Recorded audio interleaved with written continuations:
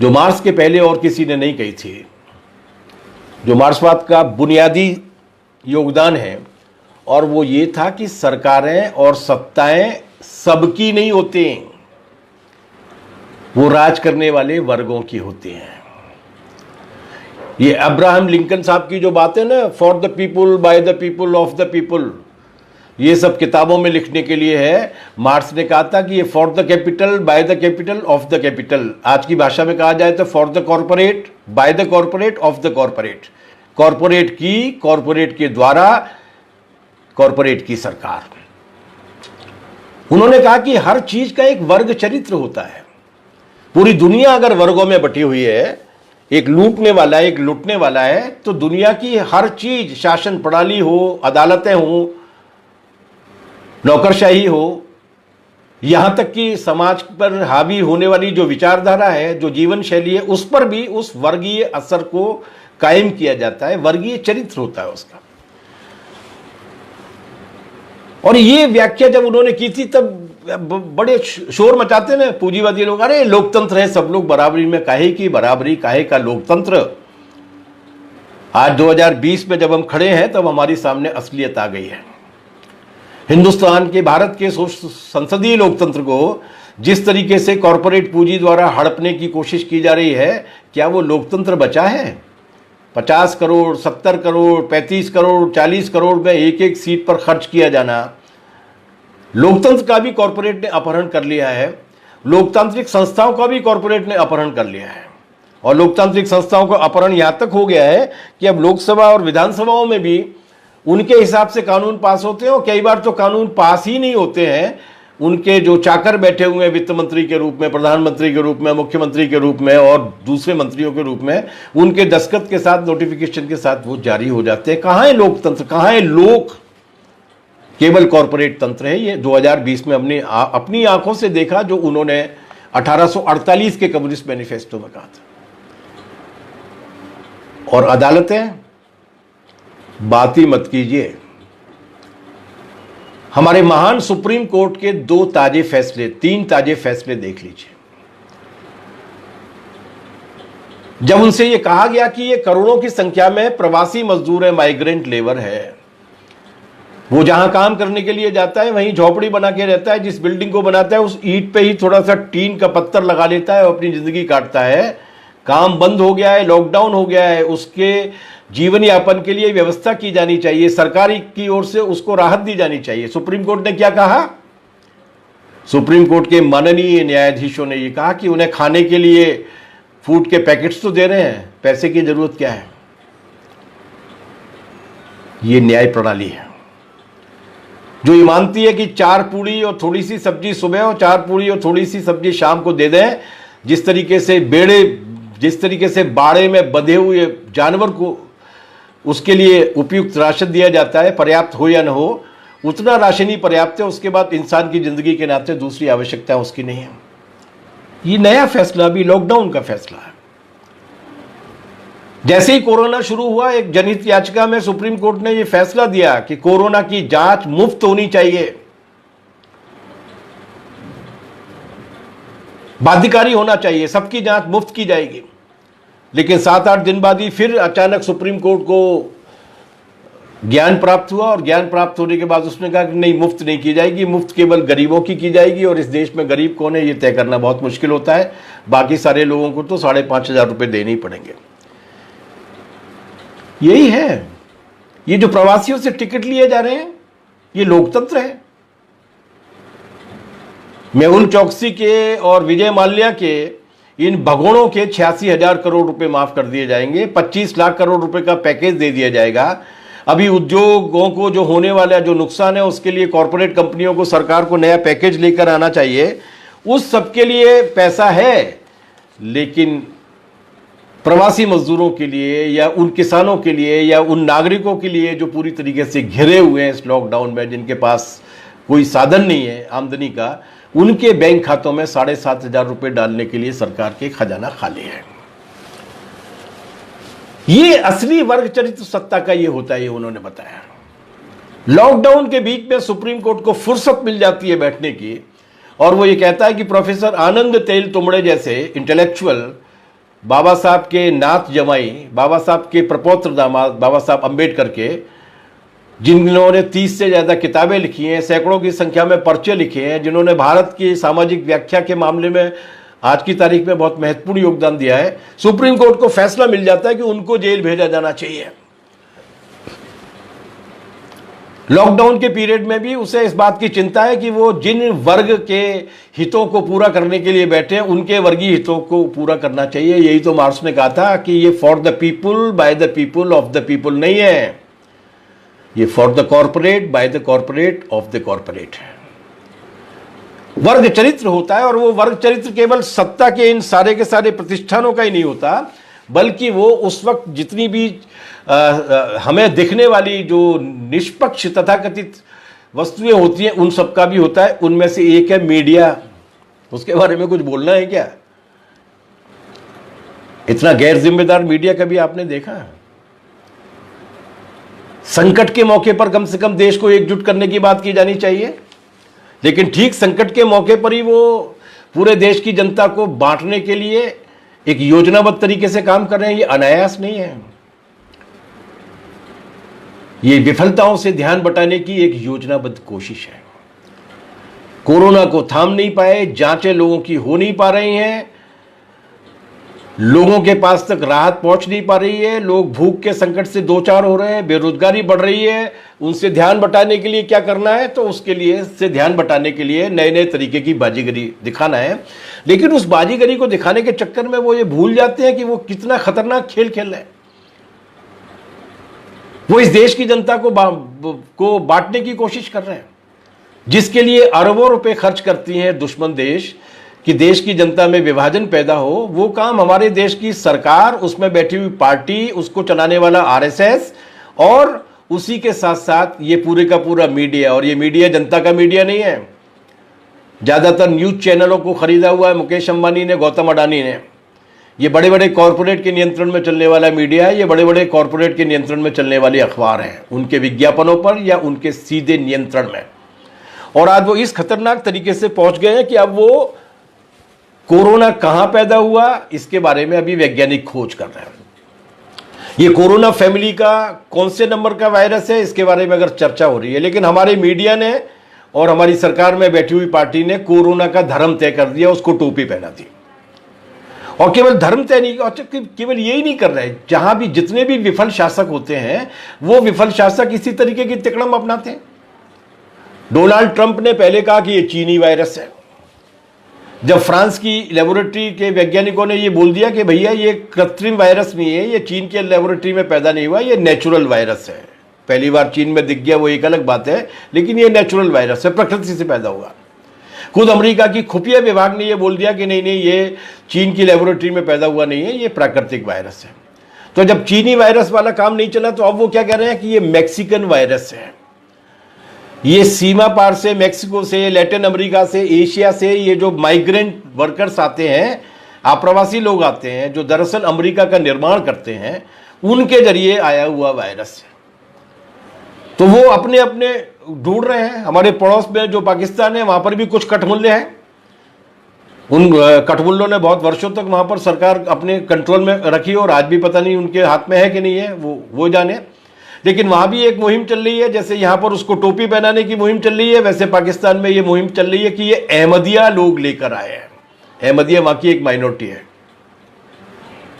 मुस्लिम minority है, लेकिन उसको कठमुल्ले जो है वो इस्लाम के दायरे के बाहर मानते हैं। हमारे यहाँ क्या चल रहा है? हमारे यहाँ उसको टोपी पहनाई जा रही है, हमारे यहाँ उसको मुसलमान बताया जा रहा है। ये जो तबलीगी जमात निजामुद्दीन मरकज में हुई थी, सरासर बेवकूफी का काम था। कोरोना के संक्रमण के दौरान इस तरीके के आयोजन नहीं होने चाहिए थे, लेकिन कोई बताएगा कि इसकी अनुमति किसने दी थी? यह तबलीगी जमात होने वाली थी बंबई में इन्हीं तारीखों में, और महाराष्ट्र की सरकार ने यह कहा था कि पूरी दुनिया भर में कोरोना फैला हुआ है, हम दुनिया भर के लोगों के यहां पर आने और भारत के लोगों के एक जगह पर इकट्ठा होने की अनुमति नहीं दे सकते। सार्वजनिक कार्यक्रमों पर रोक लगी हुई है। मुंबई में जिसकी परमिशन नहीं दी गई, उसकी परमिशन दिल्ली में किसने दी? कौन है इस देश का गृह मंत्री? कौन है जिसने उस वीसा के कागज पर दस्तखत किए जिस वीसा के जरिए इंडोनेशिया और मलेशिया के जमात में शामिल हुए लोग आए, जिनके साथ दुनिया के तमाम सारे देश हवाई यात्रा बंद कर चुके थे क्योंकि वहां कोरोना फैल चुका था। 2500 लोग इकट्ठा हुए, किसने इकट्ठा होने दिए? इस सवाल पर चर्चा नहीं होगी, बल्कि जानबूझकर अब उस पूरे के पूरे मामले का हिंदू और मुसलमानीकरण किया जा रहा है। यह कोई नहीं बता रहा कि सबसे ज्यादा तो अहमदाबाद में फैला है, जहां पे नमस्ते ट्रंप का आयोजन हुआ था। 24-25 फरवरी के बाद आया है, दिल्ली में फैला है, आगरा में फैला है। तो नमस्ते ट्रंप के लिए कौन जिम्मेदार है, इस पर चर्चा नहीं होगी। कर्नाटक में एक जगह सिद्धलिंगेश्वर, वहां पर 25-30 हजार लोगों का मेला लगता है, वो भीड़ लगती है, उसके बारे में चर्चा नहीं होगी। मध्य प्रदेश में जब तिकड़म करके तख्ता पलट कर दिया जाता है, तो शिवराज सिंह जी मुख्यमंत्री बनने के बाद बड़े 2,500-3 हजार लोग इकट्ठा होते हैं जश्न मनाने के लिए, वो भीड़ नहीं है, उनसे नहीं फैलेगा। इंदौर में जहां आज मध्य प्रदेश में सबसे ज्यादा संख्या में लोग बाग हैं कोरोना से पीड़ित, वहां पर जब मोदी जी के आह्वान पर थालियां बजाते हुए, शंख बजाते हुए सैकड़ों की संख्या में जुलूस निकले थे, जिनकी वजह से आज इंदौर खतरे में पड़ा हुआ है, उस पर चर्चा नहीं होगी। योजनाबद्ध तरीके से पूरे देश में कोरोना को टोपी पहनाने की कोशिश की जा रही है। इन सारी चीजों पर सवाल नहीं किया जा रहा, लोगों को शिक्षित करने की कोशिश नहीं की जा रही, बल्कि इस सवाल का भी इस्तेमाल अपने सांप्रदायिक ध्रुवीकरण करने के लिए किया जा रहा है।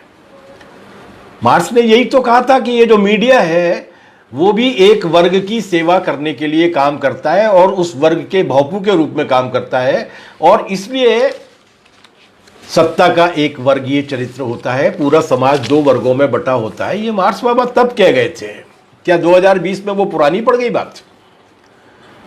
और चौथी बात उन्होंने ये कही थी कि दुनिया 2 वर्गों में बटी है, जनता 2 वर्गों में बटी है, और दुनिया और जनता के बीच में जो गति होती है, जो प्रगति होती है, जो विकास होगा, वो इन दोनों वर्गों के बीच में टकराव के जरिए होगा, बीच का कोई रास्ता नहीं है।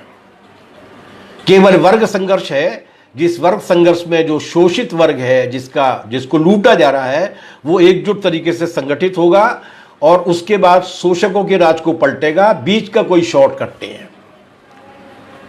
2014 में हम लोग देख चुके, 2019 में हम लोग देख चुके, नागनाथ को बदल के सांपनाथ को लाने से अच्छे दिन नहीं आए। मार्क्स ने यही तो कहा था कि केवल चेहरे बदल देने से नहीं, वर्गीय रूप बदलना पड़ेगा सत्ताओं का और सरकारों का, तब कुछ परिवर्तन होंगे। वर्ग संघर्ष का औजार बता के गए थे, जो आज 2020 में भी उतना ही प्रासंगिक है, हमारी आंखों के सामने। 2019 में हम देख चुके अपनी आंख में, 2014 में देख चुके, बार बार देखते रहते हैं। लेकिन उन्होंने एक मार्के की बात कही थी, और वो मार्के की बात ये कही थी कि ये जो वर्ग संघर्ष है, ये जो 2 विरोधी ताकतों की लड़ाई है, वो 2 विरोधी ताकतों की लड़ाई केवल आर्थिक सवालों पर नहीं चलती। ये जो राज करने वाले लोग हैं, वो राज करने वाले लोग केवल अपने मुनाफे के जरिए राज नहीं करते, अपने डंडे, अपनी पुलिस, अपनी फौज के जरिए राज नहीं करते, बल्कि वो विचारधारा भी अपनी थोप कर रखते हैं, उस वैचारिक वर्चस्व के जरिए भी राज करते हैं। इसलिए मार्क्स ने ये कहा था कि ये वर्ग संघर्ष आर्थिक मोर्चे पर भी चलेगा, विचारधारा के मोर्चे पर भी चलेगा, सांस्कृतिक मोर्चे पर भी चलेगा और सामाजिक मोर्चे पर भी चलेगा। जहां जहां पूंजीवाद की विचारधारा का असर है, वहां वहां उसका हमें मुकाबला करना पड़ेगा और एक वैकल्पिक मेहनतकश वर्ग की अपनी विचारधारा को ताकतवर बनाना होगा। इसे दूसरे तरीके से बोलते हुए मार्क्स बहुत बड़े कवि थे, और आप अगर उनके लिखे हुए को पढ़ेंगे तो उसमें भी आपको कविता प्रवाहित होती हुई दिखती है। दास कैपिटल, पूंजी जैसे, अर्थशास्त्र जैसे सूखे, तथाकथित सूखे समझे जाने वाले विषय पर भी उन्होंने बहुत पोइटिकली लिखा है, काव्यात्मक तरीके से लिखा है। उसी काव्यात्मक तरीके से उन्होंने पूंजीवाद की व्याख्या करते हुए कहा था कि पूंजीवाद केवल लोगों के लिए माल ही पैदा नहीं करता, माल के लिए लोग भी पैदा करता है। और आज हम अपनी आंखों से देख रहे हैं कि ये जो उत्पादन प्रणाली है, ये जो कॉरपोरेट की पूंजीवादी उत्पादन की जो प्रणाली है, वो कॉरपोरेट की उत्पादन प्रणाली केवल लोगों के लिए माल पैदा नहीं कर रही, बल्कि अपने लिए उसी तरीके के निर्मम और पाशविक मनुष्य भी तैयार कर रही है। लिंचिंग, मॉब लिंचिंग की भीड़ तैयार कर रही है। एक ऐसी अपराधी जमात तैयार कर रही है जो निर्भया कांड जैसी वारदातों को अंजाम देती है, जो पालघर में 2 साधुओं और एक उनके ड्राइवर को केवल एक अफवाह की वजह से मार डालती है। 111 लोग गिरफ्तार हुए हैं, जिनमें से 72 से ज्यादा भारतीय जनता पार्टी से जुड़े हुए लोग हैं, उनके पोलिंग एजेंट तक उसमें। ये कौन तैयार कर रहा है? उन्हें एक पाशविक समूह चाहिए जो सोच विचार न करता हो, जो चर्चा न करता हो, जिसके अंदर संवेदनाएं न बची हों। उन्होंने शुरुआत पहलू खान से की थी, अखलाक से शुरू की थी, लेकिन वो पहलू खान और अखलाक पर रुकेगी नहीं ये मानसिकता, क्योंकि बर्बरता और भेड़िए ये कभी भी परिचय देखकर वार नहीं करते हैं। इनकी आदत में शुमार होता है बर्बरता और पाशविकता। वैसे ही मनुष्य तैयार किए जा रहे हैं, उन मनुष्यों को योजनाबद्ध तरीके से तैयार करने की कोशिश की जा रही है। ये विचारधारा ही ऐसी है जो ऐसा पैदा करने की कोशिश कर रही है।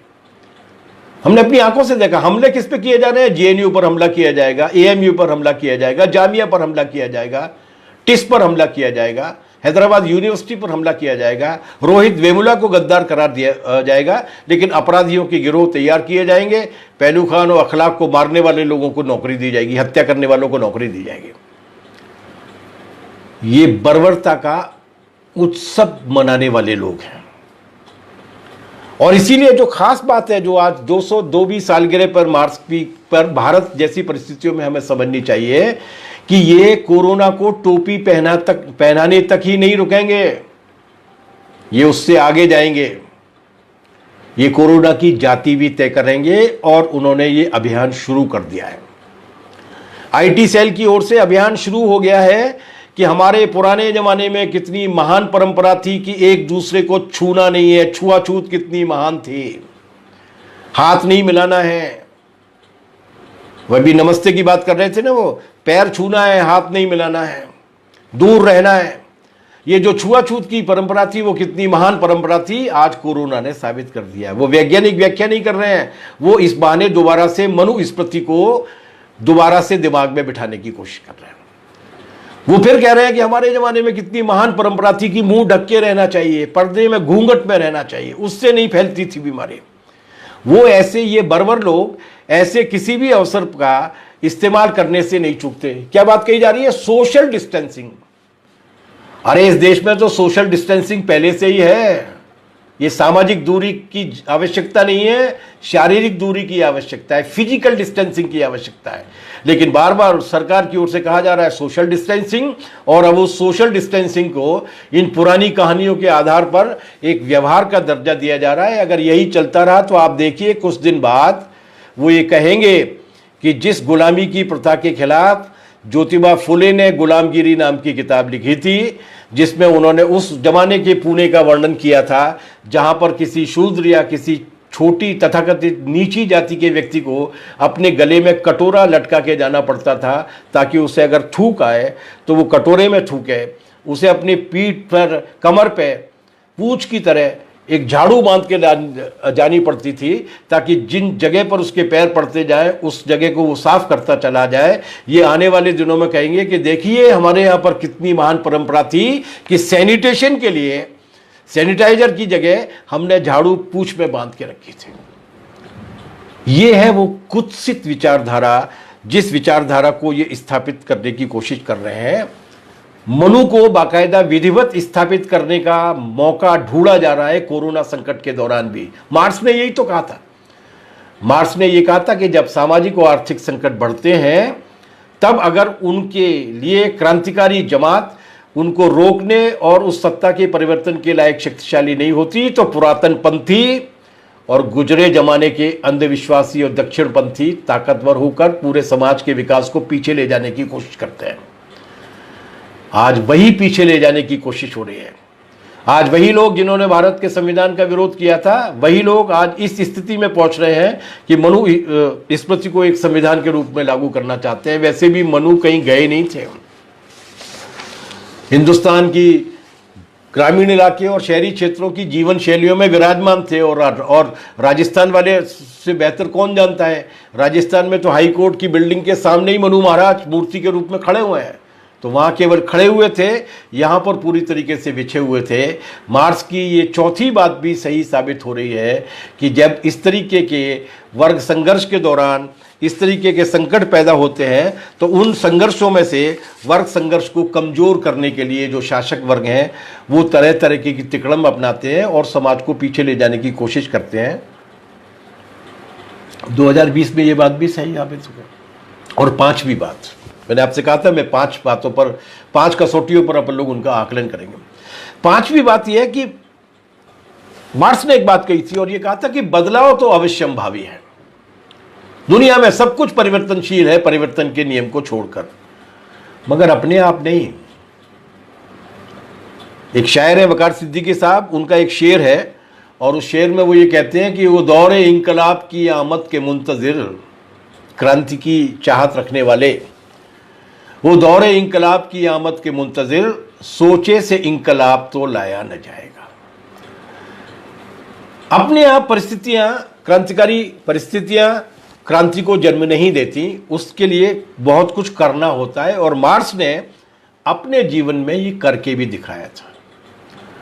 उन्होंने केवल विचार के और सिद्धांतों के और दर्शन के ग्रंथ ही नहीं लिखे थे, बल्कि वो अपने ज़माने के मजदूर आंदोलन के साथ भी जुड़े थे। और वो उन्होंने 1848 में फ्रेडरिक एंगल्स के साथ मिलकर केवल नारा नहीं दिया था कि दुनिया के मजदूर एक हो, बल्कि उन्होंने इंटरनेशनल वर्किंग मैन्स एसोसिएशन, दुनिया के मेहनतकशों को एकजुट करने के लिए उनका एक संगठन भी तैयार किया था, अंतर्राष्ट्रीय श्रमिक संगठन के नाम पर। इसलिए मार्क्स विचार में ही नहीं, मार्क्स व्यवहार में भी उसको लागू करने के लिए निकलते थे।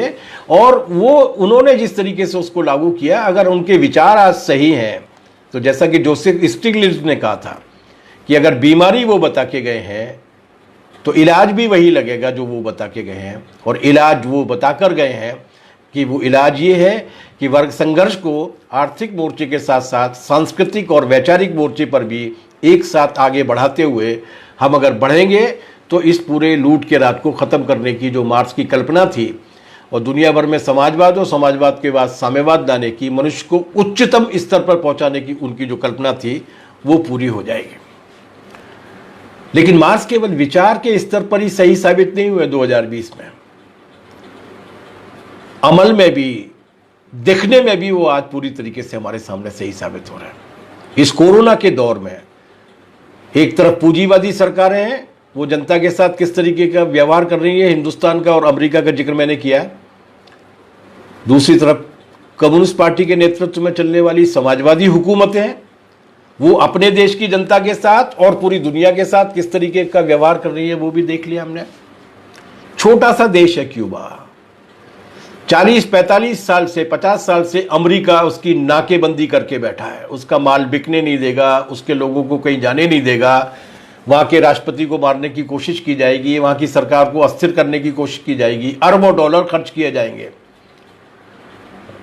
उस छोटे से देश क्यूबा ने इस कोरोना संकट के दौर में 62 देशों में अपने डॉक्टर्स को भेजा हुआ है, अपने मेडिकल टीम्स को भेजा हुआ है मानवता को बचाने के लिए।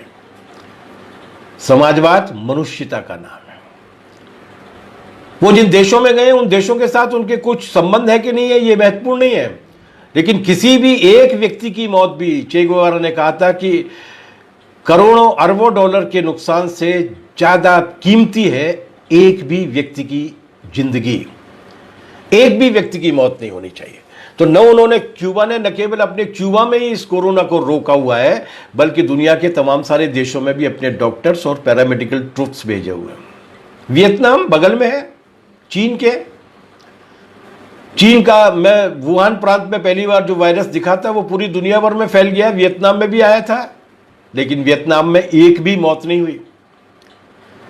उन्होंने उसको न केवल नियंत्रित कर लिया बल्कि पूरी तरीके से काबू पा लिया, बल्कि वियतनाम जैसे छोटे से देश ने तमाम सारे वेंटिलेटर्स, तमाम सारी पीपी, तमाम सारे मास्क बना के अमेरिका के लिए भेजे। उस अमेरिका के लिए जिस अमेरिका ने वियतनाम की जमीन पर इतने बम बरसाए थे कि पूरी भूगोल पर, पूरी धरती पर, वियतनाम की धरती पर 6 से लेकर 7 इंच मोटी तक बारूद की परत बन गई थी। लेकिन उन्होंने कहा कि अभी मुश्किल में हो, अमेरिकी जनता के साथ हमारी कोई दुश्मनी नहीं है, अमेरिकी जनता को स्वस्थ रहना चाहिए। उन्होंने भेजा उनके पास। चीन ने, वो खुद अपनी आपदा के साथ, जो इस बार बहुत महा आपदा के रूप में थी, लेकिन उन्होंने लगभग उसको वुहान प्रांत में रोक लिया, बाकी चीन में नहीं फैलने दिया लगभग। और न केवल रोक लिया बल्कि उसके बाद उन्होंने पूरी दुनिया भर के साथ, दिसंबर में वो खोजा गया है और दिसंबर के आखिरी वक्त तक ही आके उन्होंने WHO और दुनिया भर के वैज्ञानिकों को जानकारी देती थी कि ये इस तरीके का वायरस है, इसको नियंत्रित करने के लिए क्या किया जाना है, इसके बारे में पूरी दुनिया को जानकारी दी उन्होंने। और अब बहुत जगह पर उन्होंने किट्स भेजी हैं, पीपी भी भेजी है, वेंटिलेटर्स भी भेजे हैं। ये है एक मनुष्यता को ऊपर समझने वाला दृष्टिकोण। और केवल समाजवादी देशों की बात क्यों करें, हमारे देश में तो समाजवाद नहीं है, लेकिन समाजवादी विचारधारा, क्योंकि देश में समाजवाद इकट्ठा आएगा जब भी आएगा, एक राज्य में नहीं आ सकता समाजवाद। लेकिन वो एक राज्य ऐसा है जहां पर इस समाजवाद और मार्क्सवाद में विश्वास करने वाली पार्टी सरकार में है। उस केरल को देख लीजिए, पहला पेशेंट वहां पर आया था, लेकिन महामारी के रूप में उसको विकसित नहीं होने दिया और उसके लिए लोगों को भूखा नहीं रखा। प्रवासी मजदूरों को वहां पर प्रवासी मजदूर नहीं कहे जाते, जैसे यहां पर छत्तीसगढ़ी और बुंदेलखंडी लेबर कहा जाता है, वहां पे बुंदेलखंडी और छत्तीसगढ़ी लेबर नहीं कहा जाता, गेस्ट लेबर कहा जाता है, मेहमान मजदूर।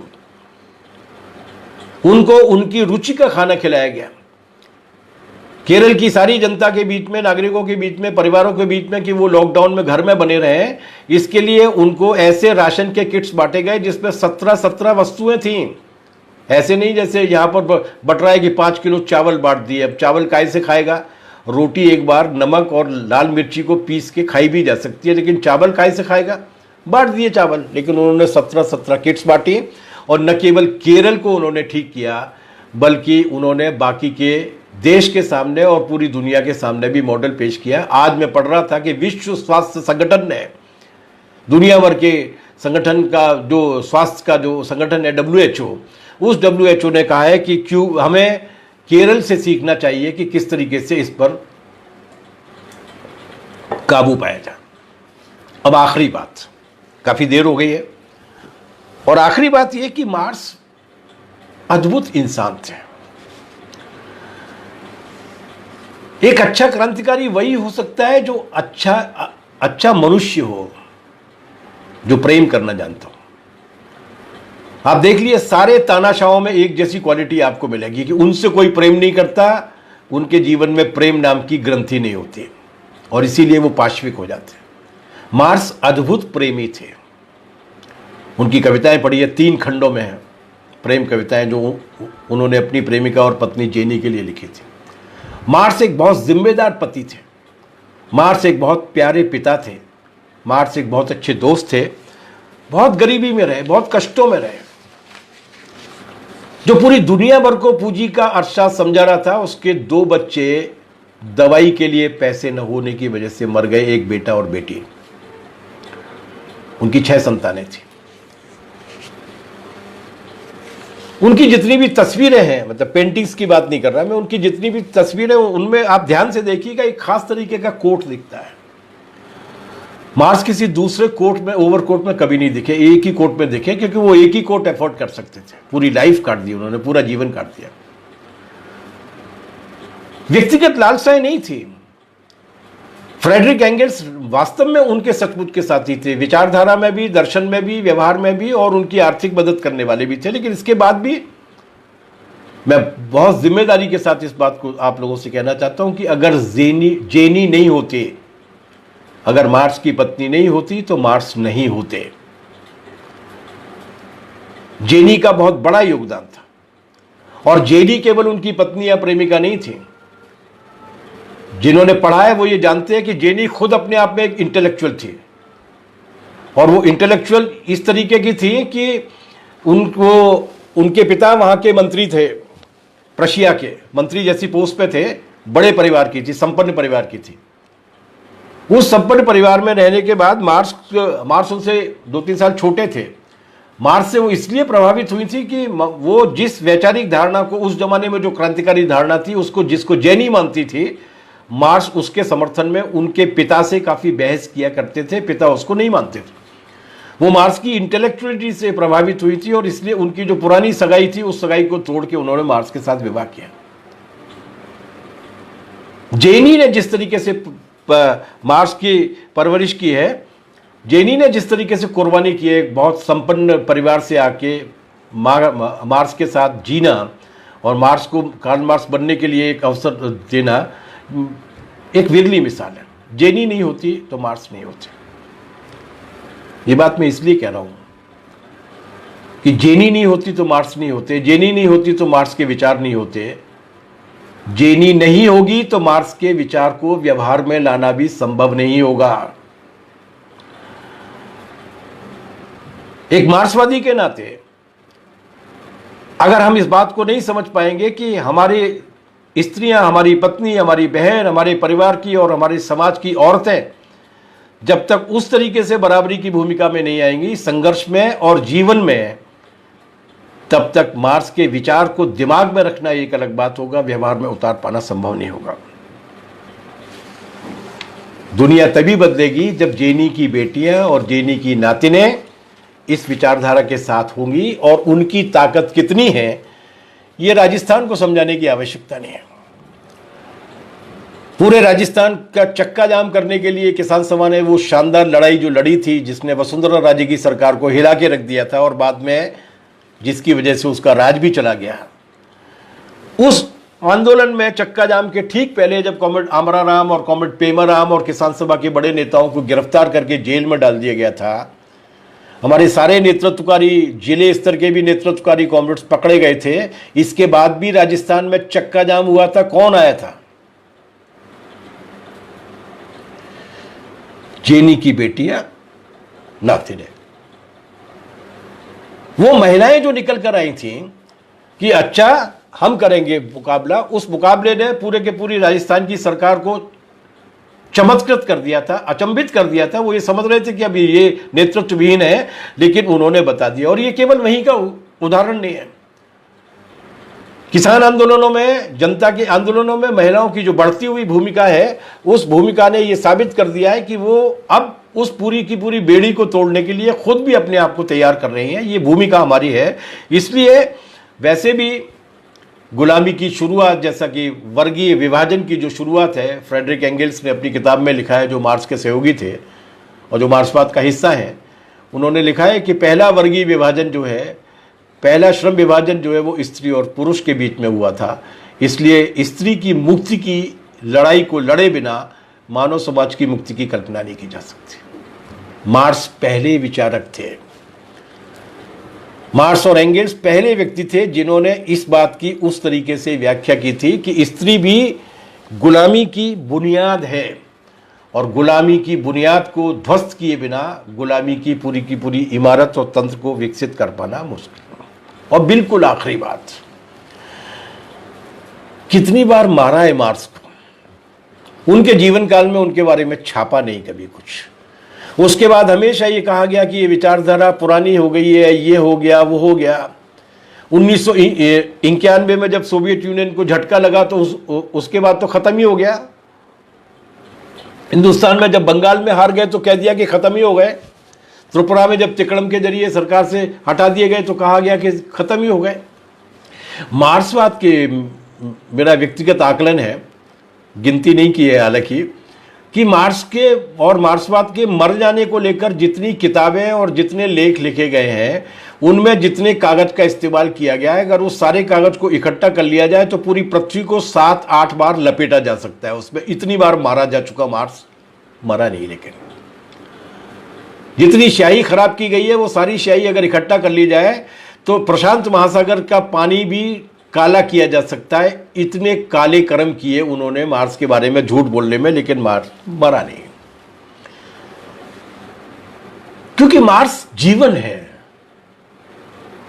और मार्स अगर जीवन का दर्शन है तो जीवन का दर्शन मरता नहीं है। एक कवि ने कहा है कि कहने वाले तो कहते हैं बात यहां तक, मौत मर गई थी जीवन के डर के मारे। ये वो जीवन है जो मौत को मारने की ताकत रखता है। और इसीलिए इस दौर में जब बंगाल का रोना रोया गया, जब त्रिपुरा की हार पर आख्यान लिखे गए, जब सोवियत यूनियन की पूरी श्रद्धांजलि और कब्र पर स्मारक लगाने की बात की गई, ठीक उसी दौर में मार्स का वर्ग संघर्ष दोबारा से उभर कर आया है पूरी दुनिया में। अगर पूंजीवाद भी नंगा हुआ है, पूंजीवाद भी निर्लज्ज तरीके से प्रकृति और मनुष्य के खिलाफ आया है, तो वो वर्ग संघर्ष भी पूरी ताकत के साथ उभर कर आया है, जिसे हमने हाल में ही अगर हम देखें तो राजस्थान के किसान आंदोलन के रूप में, नासिक से लेकर बंबई तक भूखे मेहनतकश संघर्षशील लाल झंडे लिए हुए किसानों के मार्च के रूप में, और 8 जनवरी 2020 को हिंदुस्तान के 25 करोड़ मजदूर और किसानों की शानदार हड़ताल के रूप में देखा। तो लॉकडाउन के जरिए, कोरोना के संकट के जरिए कमाने वाला पूंजीवाद और कॉरपोरेट अगर ये सोच रहा है कि कोरोना के खत्म हो जाने के बाद वो अपनी तानाशाही को और अपनी लूट को और जनता की विपन्नता को बढ़ाने के लिए और भी ज़्यादा बकनगे पैने करके लाएगा, तो उसे ये याद रखना चाहिए कि इस लॉकडाउन के दौर में हिंदुस्तान की गरीब जनता ने भी अपनी सरकारों और नेताओं के असली चेहरे को पहचाना है। एक नया मुकाबला किया जाएगा, और न केवल कोरोना के वायरस से, बल्कि मोरोना के वायरस से और पूंजीवाद के वायरस से भी एक साथ मिलकर मुकाबला किया जाएगा। हारेगा कोरोना, जीतेगा विज्ञान, हारेगा पूंजीवाद, जीतेगा इंसान। यही एक संदेश है जो 202वीं सालगिरह पर मार्स को थैंक यू बोलते हुए, मार्स के प्रति आभार व्यक्त करते हुए हम उनके प्रति अपने इस संकल्प को दोहरा सकते हैं कि आपकी कही हुई बात अगर सही साबित हुई है, आपकी बताई हुई बीमारी अगर सही साबित हुई है, तो इलाज भी उसी दवा से किया जाएगा जो आप बता कर गए थे। उस दवा के लिए कच्चा माल, रॉ मटेरियल, औषधियाँ, जड़ी बूटियाँ हमें अपने अपने देशों में इकट्ठा करनी होगी। भारत के मेहनत कुछ उस काम में लगे हुए हैं, लड़ेंगे, निश्चित रूप से जीतेंगे। बहुत बहुत शुक्रिया, बहुत बहुत धन्यवाद, आभार, थैंक यू।